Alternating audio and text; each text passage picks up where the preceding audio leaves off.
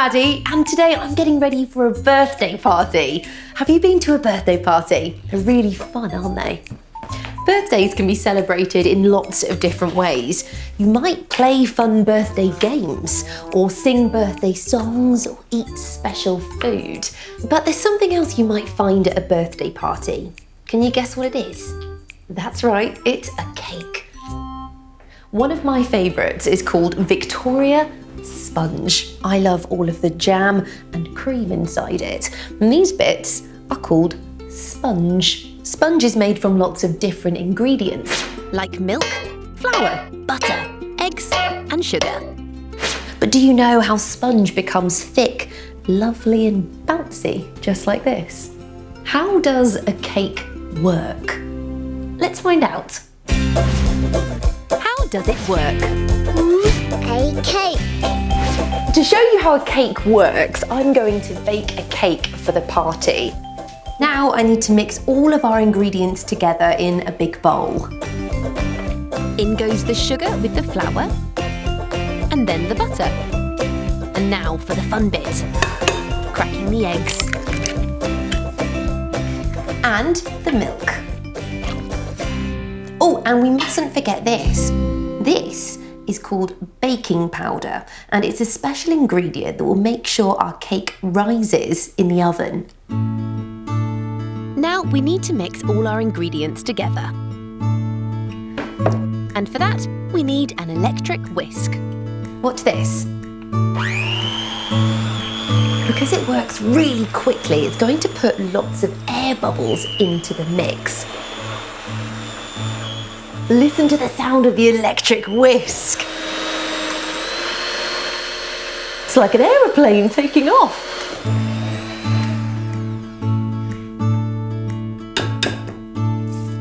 Okay, have a look in my bowl now. Can you see that all of the different ingredients have been mixed together into a smooth, runny mixture?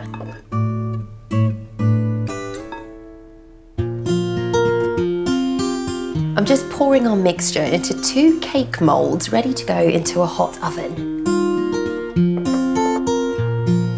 The oven is hot. You should never go near a hot oven yourself. Always ask a grown-up to do it. When cake mix goes into a hot oven, it starts to bake. It will rise and get bigger and bigger and turn into a tasty sponge. But to find out how, we need to get a closer look. When the ingredients are mixed together, they start to change. This is called a chemical reaction. First, the baking powder and the milk start to react together, making bubbles of air. The air bubbles are surrounded by a layer of fat from the butter, which traps them inside the mixture. Then, when the mixture goes into the oven, the hot air inside makes the egg white surround each bubble and go hard. This protects the bubbles so that they don't burst. As the mixture heats up more, the trapped air bubbles start to get bigger. As they grow, the flour in the mixture around them starts to stretch. It stretches and stretches until it can't stretch anymore. And by then, the cake is ready. It's really clever, isn't it? My cake takes 20 minutes to bake, so I'm going to use my special camera to do something called a time lapse. This means we can film something that takes a long time, but when we watch it back, we can see it happening really quickly. Right, the camera is in place, so we've got to wait 20 minutes until the cake is ready. You can see how the cake mixture is very flat to start. And now watch. Look how the cake is growing.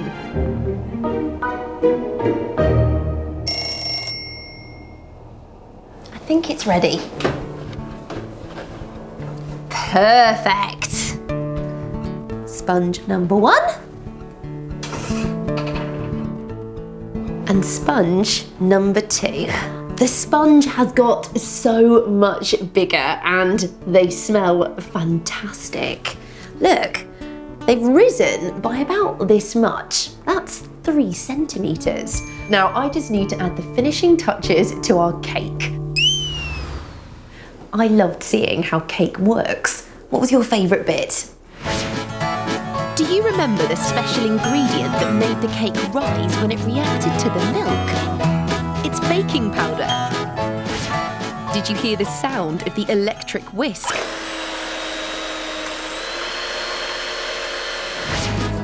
And did you see the way the cake rose in the oven?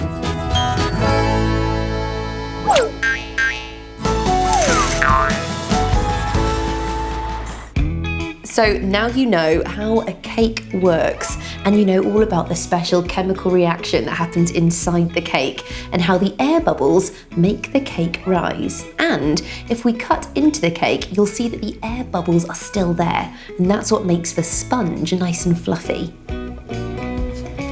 Can you see all of the little air bubbles?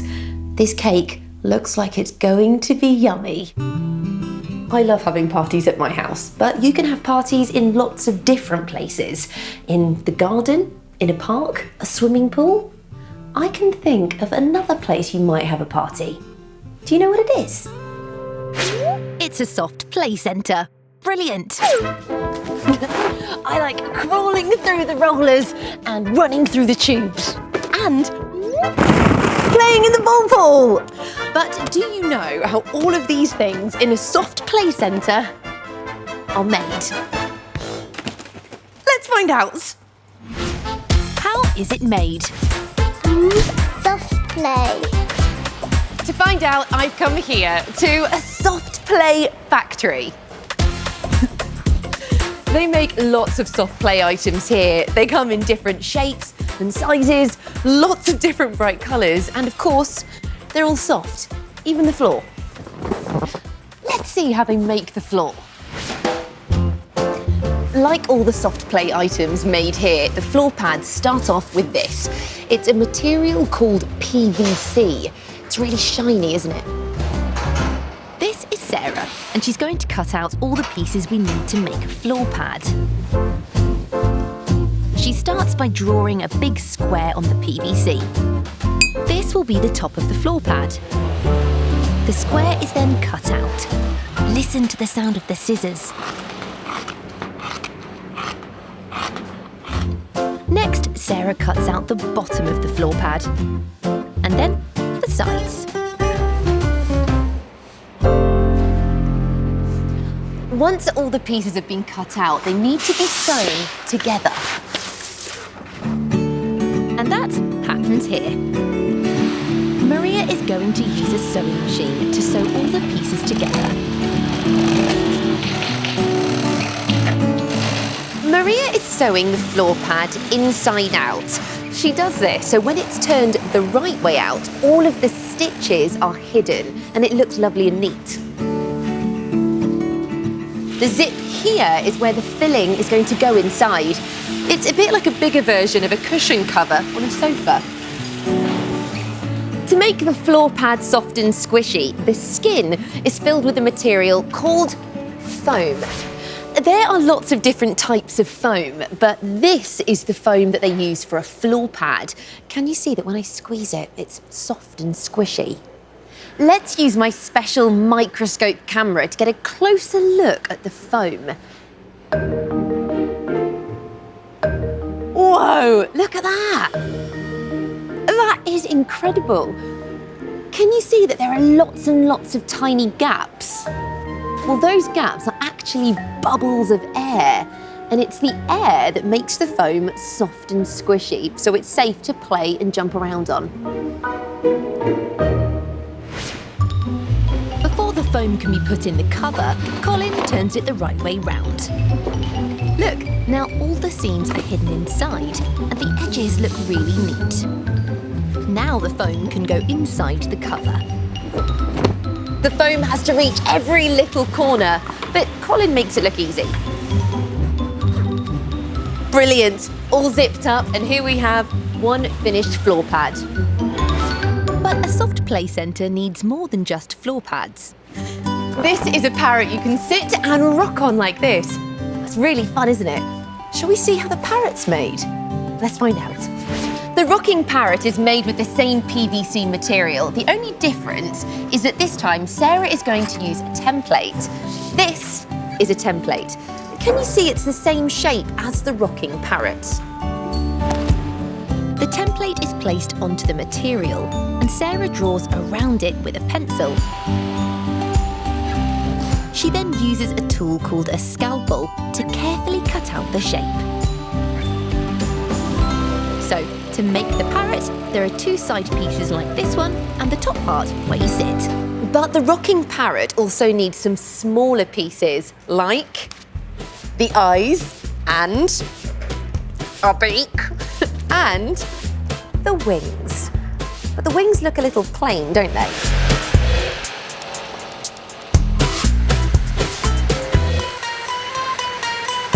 Tony is doing something called airbrushing to finish off the wings.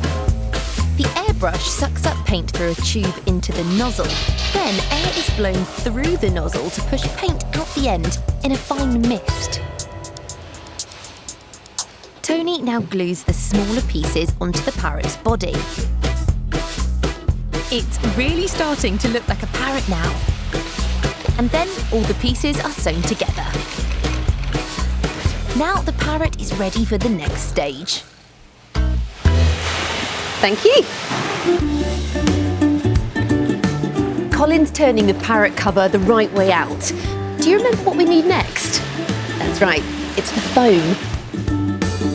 But which bit of foam should we use for the rocking parrot? This one. It's nice and squishy. All Colin has to do now is put the foam inside the cover. It's a bit of a squeeze.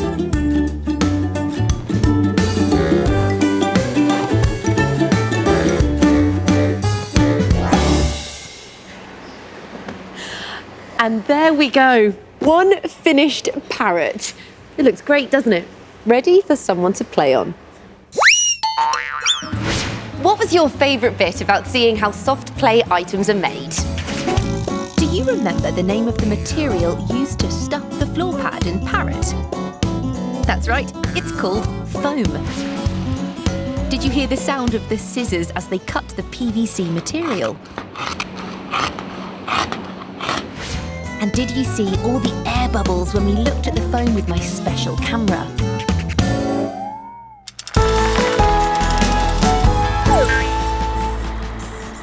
So the next time you come to a soft play area like this, you'll know how it's made. And now you know how cakes work, so you can tell all your friends and family about the chemical reaction that happens inside the cake to make it rise.